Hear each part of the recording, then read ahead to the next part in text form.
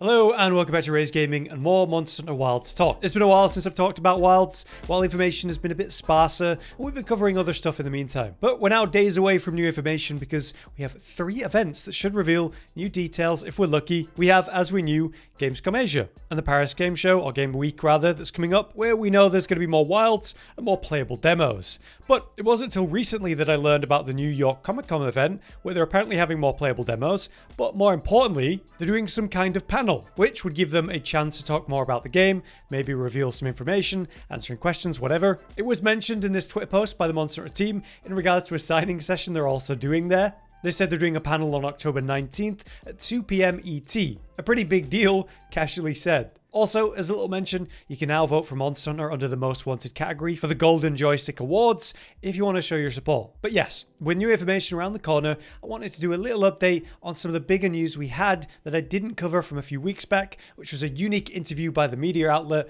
Multiplayer. In that interview, they dropped some pretty big information about things like 16-player lobbies, the gear loadout swapping concept, the potential of a 15th weapon in the future, and more. So, let's begin. The interview is pretty detailed, and I would say solid in terms of questions, because it definitely comes from a player or like a group that actually knows the game. So with that in mind, our first topic is a big one: optimization and performance, which is obviously a big topic right now. The question was basically, do you want to reassure the public about performance for Monster Hunter Wilds? And the answer is this: while there's not much to say about it right now, we are just entering the final stages of development, the last 6 months for the game, and what we're working on now is the general optimization of the title. As such, we don't have specific details right now, but we do want to reassure players that we're working very hard to optimize the experience. This suggests, though, that the game is pretty much done, and now the remaining dev time is about optimization. So everything we've seen so far is before this big effort, this 6-month period of final dev time, with their clear main goal being optimization. And with how much of a topic this has been, and the big concerns around, say, 60 FPS on console, or general function of the game on PC, it is good to see them focused on it. I don't imagine it's going to be the only thing they work on, but at least they have this last period to really hone in on it. I still predict issues at launch, like with any game these days. You can't test everything internally compared to what the masses will do on day one, but hopefully we'll avoid disaster. Next up, we had a question about cross-save and cross-progression. As we know, Wilds is going to be a big deal for the series because it's going to have actual crossplay right from the start. But what about having a save on PC, but then also a save that moves over to the console when you swap to that? We've integrated crossplay into Wilds from the start, so now you can join your friends on other platforms together. But the game will not support things like cross-save and cross-purchase, at least right now. We've decided to integrate features into the game to disable crossplay at any time though, even when searching for a single quest. The fact is, cross-save is not a simple feature to integrate though, it's a big challenge on a technical front. Compared to past titles, since this time the launch will simultaneously be on PC and consoles, any kind of concern is going to be alleviated a lot by that, because the PC variant will arrive immediately, so everyone will be free to choose whatever platform they prefer, free to play with other people on different platforms at the same time. So all of that is a big deal and a big topic. I experienced this issue myself. I was playing World as a PC player, while console was multiple versions and updates ahead of me, and it really sucked at the time to see them get big new events and content, new monsters, while we're sat there waiting months and months for maybe the last update to come to us. That and crossplay is going to feel incredible to have by comparison, but I can still see how some will be disappointed even now with the lack of like a one purchase across all platforms being consistent. Even if they could do it despite how technically difficult it clearly must be, I doubt outside sources like Sony and other companies are going to want to make less money from multiple version buyers. But on the other hand, there's a lot less reason to do that than ever, as they even acknowledge themselves. With crossplay, you can play with your friends on any platform. And with the global launch for PC and console at the same time, no one's behind the other feeling like they should buy a different version. On top of that, the fact that you can turn off crossplay is really smart. It is possible that it'll have teething issues at launch, so it might be the case that turning off that could help performance if there are early first week issues. So that's another smart move. Overall, I think they've really considered it, so pretty good answer.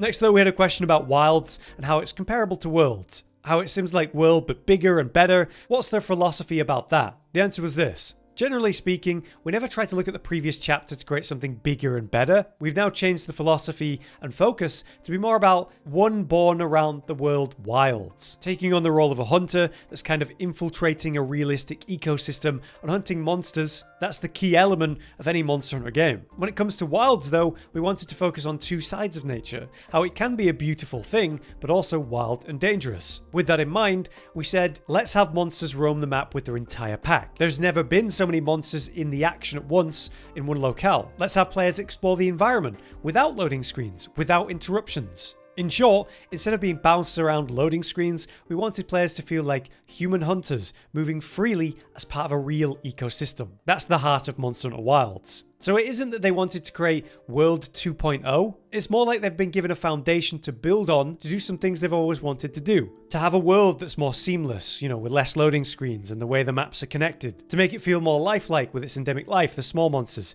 and even the big monsters with packs and hordes. The result, having played it, feels like World, but improved. It feels like a huge technical jump forward with familiar world visuals. That's how I would describe it, and I'm all for it. Next though, a very important topic that was brought up in different videos I've talked about with another interview I've covered is the question about two weapons and why actually add this feature. In recent interviews and discussion, there's been questions called up about how that might be awkward for your sets and builds. Think about you've got all your gems and set and build set up for say great sword gameplay, but then you swap to a light bowgun and that doesn't really transfer. Well, we've been told that offensive decorations are going to be in your weapons, and then decorations in general have some important adjustments to make this work. It hasn't been said or shown directly, but it has sounded like there's some kind of loadout swap system that happens when you swap weapons. So we'll have to see how it truly works, but here's what they had to say about this. This decision was a natural consequence of the type of design we adopted for Wilds. Mainly because it's not necessary to return to the base camp when a mission ends. You could easily stay in the field, explore further, search for new targets. The thing is, when you would go back to the base camp, you might change equipment. We don't want players to feel forced to do that in this kind of setting, so having a different weapon to pull out for the next monster helps with that. To keep you in the field longer, basically. But it does pose a lot of challenges, gear set wise, mechanically, in my opinion. But how will that pan out? How will it really work? The interviewer then followed up that question though, which is again how you can tell they know the topic really well. How does being able to change weapons at any time affect my overall gear loadout? I can change weapons, but what happens to my entire build, the decorations and perks that I've chosen? Here's the answer.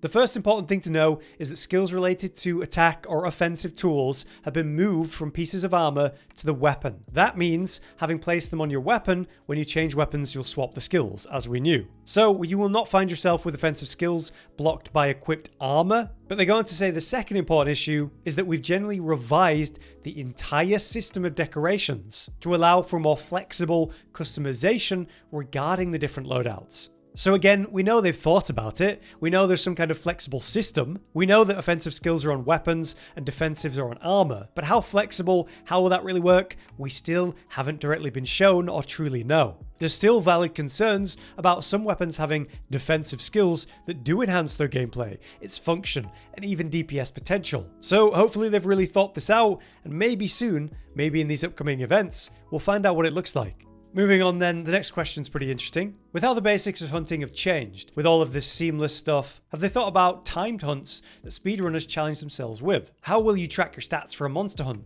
with that in mind? Their answer was this. So creating seamless quests where you can always go into maps and attack the monster, automatically start new quests, that's not the main or only way to start a hunt. This is a system that they designed to allow you to stay in the world and eliminate any kind of loading or, interruptions. That said, there's still going to be the classic quest counter, the notice board in each settlement, where you can choose a specific mission, and if you're in a multiplayer session, wait for everyone to be ready before starting it. So while they've integrated new systems, there is the old one in parallel, as well as all the statistics that could be useful. So yeah, as we've seen in different gameplays then, you can start a specific hunt in more defined settings with timers and info at the end. We do have new seamless stuff, like attacking monsters and that suddenly starting a quest. But I like that they've kept the original system and the importance of that. Speedrunners make an important part of this community, and are a big part of the longer life of these games after updates kind of slow down or stop. So hopefully speedrunners don't have to worry. Next up then we have a big one. The interviewer referenced how the villages have changed too. In Wilds we have the new base camp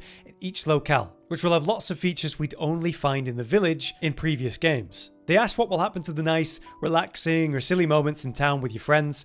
With that in mind, their answer was this. In Monster Hunter Wilds, you can connect to a 16-player online lobby. All of those players will appear at the base camp at the same time, even though the base camp is directly integrated into the open world. So as always, you'll be able to visit and meet up with your friends and chat and do those classic social dynamic stuff. Those aren't going anywhere, they're going to be part of Wilds. So yeah, there you have it. This interview confirmed 16-player lobbies, and these players can appear in the base camp, not just the village. It's a really cool idea that you could go back to your main camp and then suddenly see your friends hanging out, even if they're maybe in a different version of the locale that you're in, keeping those important social dynamics even within locales. But I'm sure we'll see more of that in the villages that do seem to still exist in the game after all. But next, it's a big one. They talked about the 15th weapon. The interviewer asked directly, have you thought about adding a new weapon to Monster Hunter?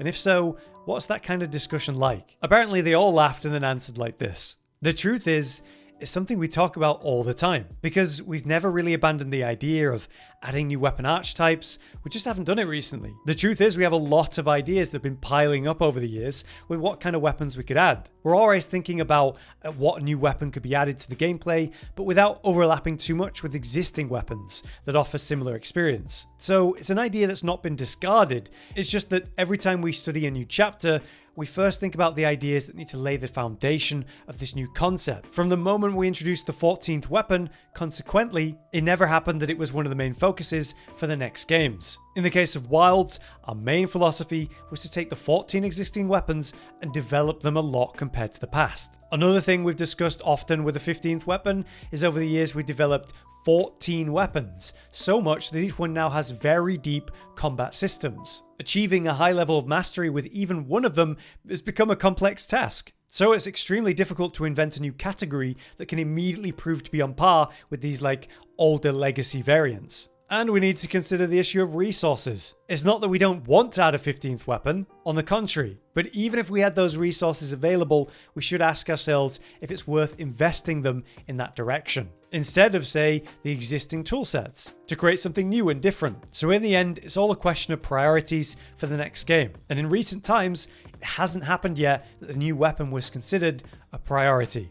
So yeah, that gives us massive insight into the popular topic. They talk about it all the time. It's just hard for them to design something that's new but doesn't have overlap with the other 14. They've had tons of ideas for it and it's clearly on the table. It is valid to say though that the 14 weapons have now had so many iterations of dev time that they're so refined and detailed at this point. Adding a new weapon to be comparable to that is tough. Overall, they clearly want to do it. It just has to make sense and be the right time to put the manpower into it. I think that's all very valid and really nice to hear, that they're trying to make it happen, but they're not going to do it until it's right. And I can only respect that.